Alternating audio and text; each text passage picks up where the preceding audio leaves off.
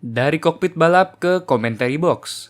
Dari balapan bareng Senna di tahun 80-an ke nginterviewin selebriti-selebriti yang sangat tertarik dengan F1. Dari pembalap Inggris muda yang menjanjikan ke komentator secondary F1 yang menemani Crofty di pekan balap F1. Siapa lagi kalau bukan Martin Brundle? Yuk kita bahas. Kalian pasti tahu dong, kalau kebanyakan pembalap F1 zaman sekarang udah pada mulai ngebalap dari kecil di kompetisi go-kart. Tapi buat banyak pembalap F1 zaman dulu, cara mereka masuk ke dunia balap beda-beda. Ada yang awalnya ngebalap go-kart, tapi di sisi lain ada juga yang mulai balapan dari balapan motor, kayak Damon Hill misalnya. Kalau untuk Martin Brundle, dia mulai karir balapnya dengan balapan British Saloon Car. Martin Brundle lahir di Kings Lynn, Norfolk, Inggris, ke dalam keluarganya John Brundle, ayahnya. Pada masanya, John Brundle juga ngebalap tipis-tipis, tapi pekerjaan utama John Brundle adalah sebagai pemilik dealership mobil. Martin Brundle pada saat itu juga ngebantu ayahnya buat ngejualin mobil. Jadi emang dari kecil udah nggak jauh-jauh dari dunia otomotif dan motorsport. Nggak kayak pembalap F1 zaman sekarang yang mulai ngebalap dengan go-kart. Karir motorsport Brundle dimulai pada tahun 70-an akhir dengan membalap British Saloon Car di bawah timnya sendiri, John Brundle Motors Limited. Bahkan bukan cuma nama tim aja yang dia ambil dari bokapnya, mobilnya juga. Dia ngambil mobil-mobil bekas dari dealer bokapnya yang udah lama nggak laku dan dijadiin mobil balap. Ini semua dilakuin sendiri di garasinya sendiri juga. Walaupun bokapnya Martin juga pernah ngebalap rally di masanya, tapi dia nggak maksain Martin buat masuk ke dunia balap. Malah lebih ke acuh tak acuh. Lu mau balapan ya udah, nggak mau juga ya udah. Martin Brundle masuk ke dunia balap dengan alasannya sendiri, yaitu karena dia suka ngebut dan suka menang. Atau setidaknya itu yang dia bilang di podcast Beyond the Grid tahun 2018 lalu.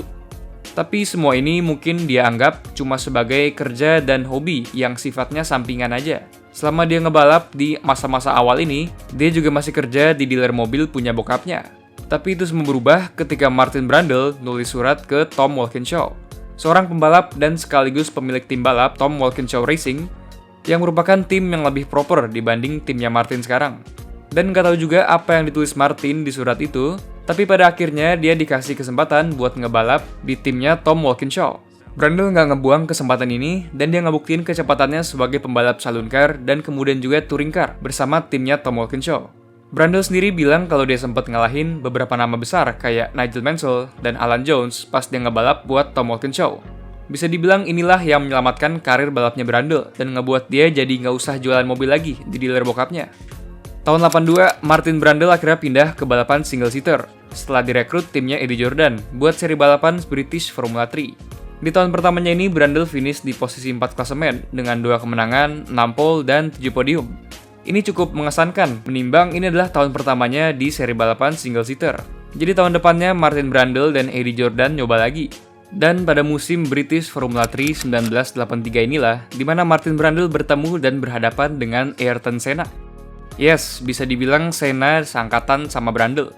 Bedanya tahun sebelumnya, tahun 82, Senna ngebalap di seri British Formula 4, di mana dia menang 16 dari 18 balapan pada musim itu. Pastinya Senna masuk ke seri British Formula 3 pada tahun 1983, berharap untuk bisa mengulang kesuksesannya di British Formula 4. Tapi tahun 1983 itu juga, di mana dia ditantang sama Martin Brundle yang memberikan Senna tantangan yang sengit buat gelar juara tahun itu.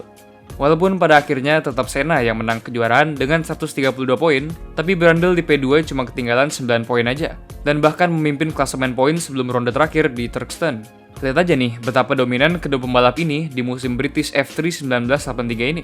Dan gak heran kalau keduanya bisa dapat kursi balap di F1 untuk musim 1984. Senna dengan Toleman, Brundle dengan Tyrrell. Dua-duanya bukan mobil dan tim yang top pada masa itu. Jadi mereka harus ngebuktiin dulu kalau mereka pantas buat dapat kursi di salah satu top tim. Pada balapan debut, Brundle berhasil membawa pulang poin dengan finish P5. Sementara Senna harus retire setelah turbonya gagal di lap 8. Dan ini adalah klasifikasi sementara setelah 9 balapan di musim F1 1984 antara Brundle dan Senna. Dua-duanya udah berhasil bawa pulang satu podium masing-masing buat tim mereka. Dan di sini emang posisinya banyak yang nganggap kedua ini sebagai dua rookie yang menjanjikan pada masa itu. Apalagi abis ngeliat pertarungan mereka yang sengit di musim British F3 tahun sebelumnya. Brundle sendiri juga masih nganggap dirinya sebagai rival Senna pada masa itu. Tapi ini semua berubah di balapan Dallas 84, di mana pada sesi kualifikasi, Brundle mengalami kecelakaan yang cukup fatal. Dia mematahkan kaki kirinya dan bahkan hampir harus diamputasi. Alhasil Brundle harus mengundurkan diri dari sisa musim balap 84 karena harus memulihkan kaki kirinya dulu. Yang buat lebih apes lagi, tahun 84 itu tim Tyrrell-nya Brundle ketahuan melakukan pelanggaran teknikal terkait sistem injeksi dan pengisian bahan bakar. Ini mengakibatkan didiskualifikasinya Tyrrell dari musim F1 1984. Jadi secara catatan buku, finish P5 Brundle di debutnya dan podium pertamanya di Detroit nggak pernah terjadi. Brundle akhirnya kembali ke kokpit mobil F1 buat musim 85, masih dengan Tyrrell. Tapi Brundle yang kembali ke F1 bukan Brundle yang sama lagi seperti sebelumnya. Walaupun kaki kiri Brundle udah membaik, tapi kinerja kaki kirinya masih berkurang pastinya. Buat tahun 85 mungkin masih nggak terlalu ngaruh, karena mobil Tyrrell masih pakai gearbox manual konvensional dengan edge shifter, yang artinya menggunakan konfigurasi 3 pedal, jadi kaki kiri cuma buat kopling aja. Cuma ini akan menjadi masalah ke depannya pas mobil-mobil F1 pindah ke gearbox semi-automatic yang menggunakan cuma 2 pedal aja, yang artinya menggunakan left foot braking. Di sini Brundle akan sangat terhambat. Tapi kalau menurut Brundle sendiri, yang menyebabkan turunnya performa dia setelah musim 84 itu adalah karena dia kehilangan momentum pas dia dipaksa nggak boleh balapan buat nyembuhin kaki kirinya di tahun 84. Dan dari tahun 85 sampai 87, Brundle nggak bisa terlalu bersinar juga, karena mobil-mobil Tyrrell dan Zack Speed yang dia bawa juga kurang pace dan kurang reliable. Dengan 5 kali finish dalam poin aja dalam 3 tahun ini, Brundle memutuskan untuk mengakhiri stint pertamanya di F1. Dan sekarang dia balik lagi ke Tom Watkins Show buat ngebalap pakai Jaguarnya di seri IMSA dan World Sports Car Championship buat musim 88.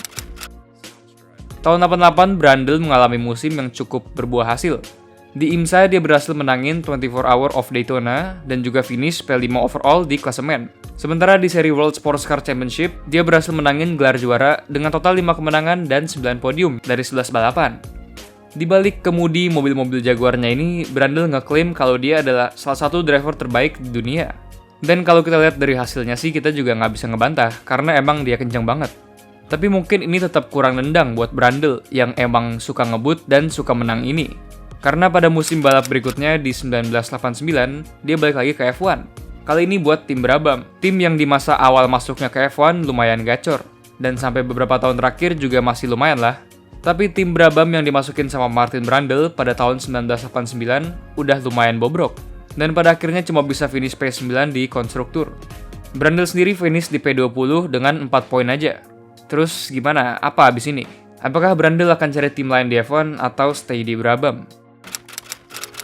Brundle sekali lagi memutuskan untuk keluar dari F1 dan balapan lagi di IMSA dan World Sports Car Championship, sama seperti 2 tahun sebelumnya. Sekarang ngerti kan kenapa ini kita bilang sebagai era labilnya Brundle?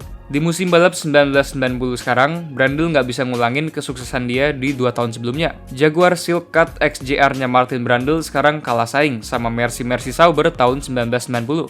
Brundle finish di P6 klasemen drivers dengan 3 podium dan 1 kemenangan yang datang di Silverstone. Tahun 91, tebak Martin Brundle pergi kemana lagi? Ya, betul banget. Dia balik lagi ke F1 dengan Brabham lagi. Tapi kok bisa ya? Kan hasilnya di World Sports Car Championship tahun lalu biasa aja perasaan. Bahkan di antara pembalap Jaguar lainnya masih ada yang finish di atas Brundle.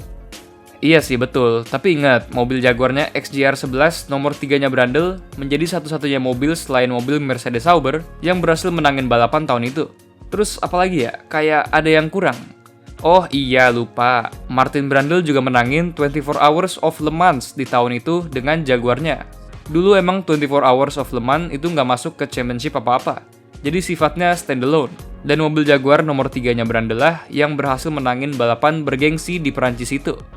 Balik ke tahun 91. Brundle yang sekarang kembali ke tim Brabham yang makin bobrok ini, akhirnya mendapatkan kesempatan untuk membuktikan dirinya. Tentu aja bukan dengan mobil Brabham yang bobrok ini, tapi di tahun depannya, di mana dia dikasih kunci dari mobil Benetton B192 dan menjadi pembalap resmi buat tim Benetton di samping Michael Schumacher. Walaupun nggak bisa bersaing sama mobil FW14B-nya tim Williams yang dominan banget, tapi mobil Benetton masih bisa ngeraih beberapa podium dan seringkali terlihat di dalam top 5. Bahkan dari balapan yang difinishin sama mobil-mobil Benetton, cuma ada 1 kali di mana mobil mereka finish di luar top 5. Dan akhirnya di musim F1 92 inilah di mana Martin Brundle mendapatkan podium resmi pertamanya di F1. Dia finish P6 di klasemen akhir dengan 5 podium. Tapi sayangnya dia tetap kalah sama prospek muda yang adalah Michael Schumacher, yang berhasil finish di P3 klasemen dengan 8 podium dan bahkan 1 kemenangan. Sekedar info aja, Schumacher nge-clean sweep Martin Brundle di quali dengan rekor kualifikasi 16-0. Ya, begitulah, namanya juga Michael Schumacher. Ini semua berujung pada Martin Brundle pindah ke tim Ligier untuk tahun berikutnya. Kali ini membalap di samping rekan setim lamanya di Brabham, Mark Blundell. Brundle berhasil ngalahin Blundell di klasemen akhir dan bahkan nambahin 1 lagi podium ke namanya. Musim balap F1 94 datang, dan sekarang Martin Brundle punya kursi balap di McLaren di samping Mika Häkkinen. Ini kalau HR ngeliat CV-nya Martin Brundle sih agak ngeri-ngeri sedep ya. Hampir tiap tahun dia ganti perusahaan. Tapi siapa juga sih yang nggak mau kalau ditawarin kontrak sama McLaren? Apalagi di era 90-an, di mana mereka masih dianggap salah satu tim terbaik. Sebenarnya alasan utama Brundle dapat kursi balap di McLaren adalah karena Alain Prost memutuskan untuk pensiun pada akhir musim 1993, dan Brundle baru diumumin secara resmi di McLaren 2 minggu sebelum balapan pembuka di Brazil. Di musim 94 ini, Brundle sekali lagi bertemu dengan salah satu pembalap tercepat di eranya dalam Mika Häkkinen. Häkkinen melakukan clean sweep di qualifying melawan Brundle dengan rekor quali 15-0, sama seperti yang dilakukan Schumacher ke Brundle 2 tahun sebelumnya.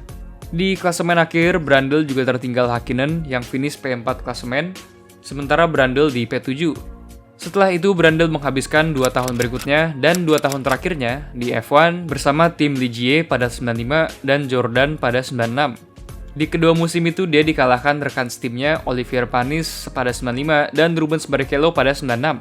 Gagal meninggalkan impresi yang baik, Brundle kini cuma punya tawaran dari tim Sauber buat musim 97, yang pada akhirnya dia tolak.